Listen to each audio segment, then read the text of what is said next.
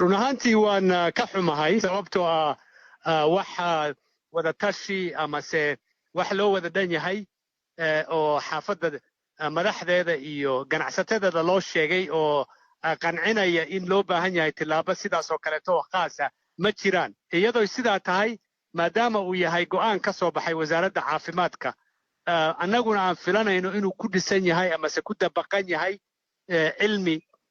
scientific waan ogolnahay wixii annagu aan qaban karnana waan qabanaynaa laakiinse run ahaantii waa nasiib darro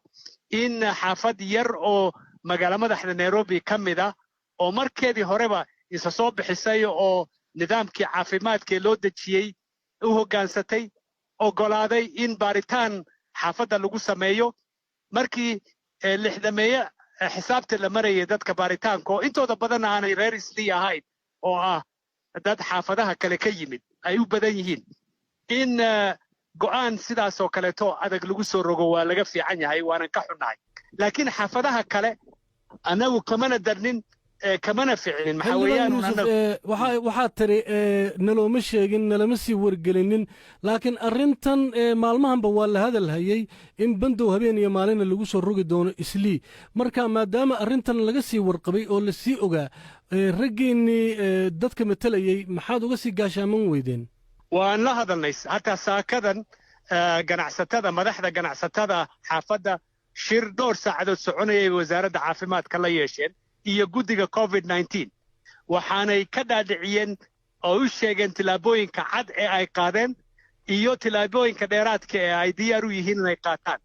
waxaana loo ballan qaaday in tilaaba bandu aan lagu soo rogaynin laakiinse saacado ka bacdi wasaaradda caafimaadka go'aankaasay ku dhawaaqday si meel fagaaro oo idaacadda ayaanay kaga dhawaaqday iyadoo oonan hoos wasaaradda aanay u soo sheegin ganacsatada iyo shicibka xaafadda ku nool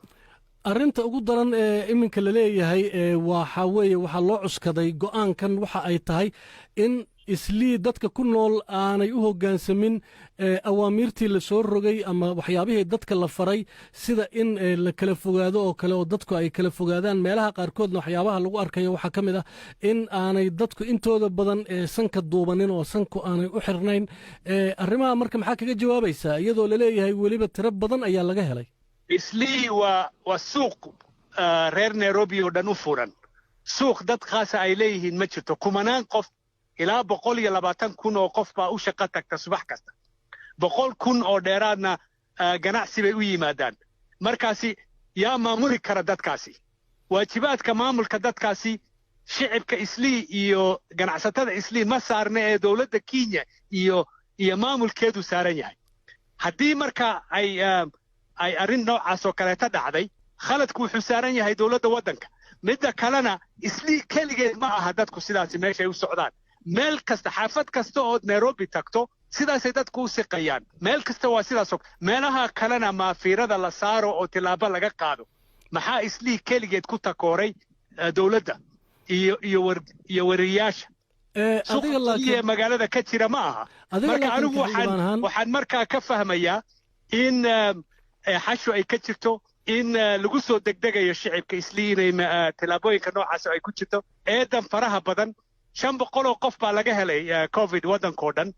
Islii waa 65 keliya ma la raadiyo meelaha ay ka yimaadeen 400 kale